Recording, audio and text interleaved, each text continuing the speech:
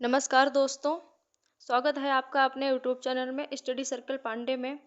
और आज की इस वीडियो में बात करने वाले हैं कि आप किस तरह से जीएनएम नर्सिंग कॉलेज में एडमिशन ले सकते हैं।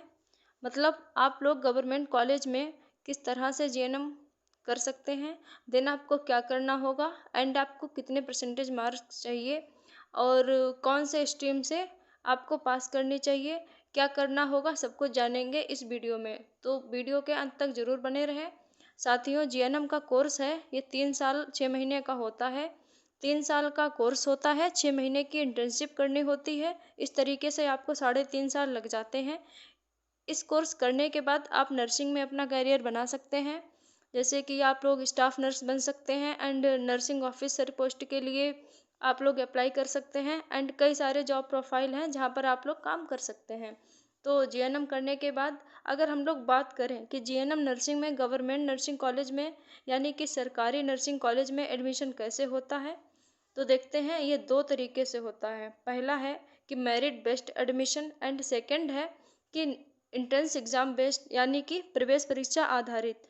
तो कुछ कॉलेज ऐसे हैं कि 10th 12th के मेरिट के आधार पर एडमिशन करवा लेते हैं और कुछ कॉलेज ऐसे हैं कि जो एंट्रेंस एग्ज़ाम पर एडमिशन देते हैं। तो उस प्रवेश परीक्षा में जैसे मार्क्स रहते हैं उसके आधार पर एडमिशन देते हैं। तो यहाँ पर आपको देखना ये है कि आप कहाँ पर अप्लाई करने जा रहे हैं और वहाँ पर किस तरीके से एडमिशन हो रहा है, मेरिट बेस्ड पे हो रहा है या फिर एंट्रेंस एग्ज़ाम के बेस्ड पे हो रहा है। बात करें क्वालिफ़िकेशन की, अगर आपने 10th और 12th साइंस स्ट्रीम में किया है देन आप अप्लाई कर सकते हैं।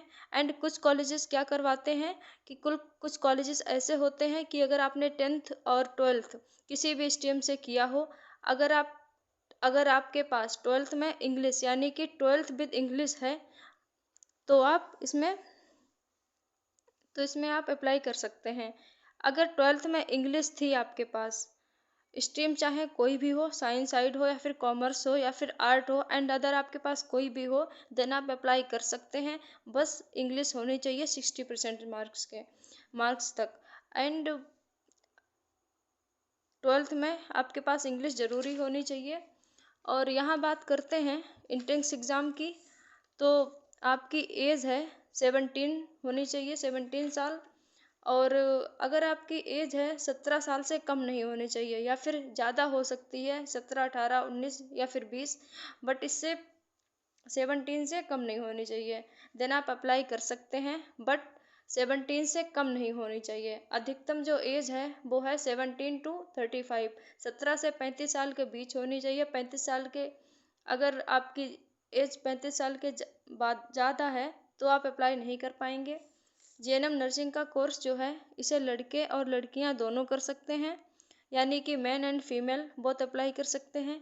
यहाँ बात करें एंट्रेंस एग्ज़ाम की, तो कुछ कॉलेजेस क्या कहते हैं कि एंट्रेंस एग्ज़ाम क्लियर होगा उसके आधार पर आपका एडमिशन मिलेगा। तो उसमें क्या होता है कि डायरेक्ट एडमिशन नहीं मिलता है। कम से कम आपके जो मार्क्स हैं वो 40% होने चाहिए, बट इससे कम मार्क्स होंगे तो आप अप्लाई नहीं कर सकते हैं। तो बिल्कुल क्लियर हो जाता है कि दो तरीके से एडमिशन होता है, merit based admission and entrance exam based admission. अगर आप चाहते हैं कि डिटेल में मैं नर्सिंग के ऊपर वीडियो बनाऊं या फिर बीएससी नर्सिंग के ऊपर या फिर पोस्ट बीएससी नर्सिंग के ऊपर फुल एडमिशन प्रोसेस अगर आप लोग चाहते हैं कि मैं इसकी वीडियो बनाऊं, तो आप कमेंट करके ज़रूर बताइएगा कि आपको किससे रिलेटेड वीडियो चाहिए। एंड मैं आपको बता दूं कि मैं खुद एक नर्सिंग कोर्स कर रही हूं और आपको किसी सब्जेक्ट या फिर किसी टॉपिक के ऊपर प्रॉब्लम होती है तो आप लोग कमेंट्स में ज़रूर बताएं।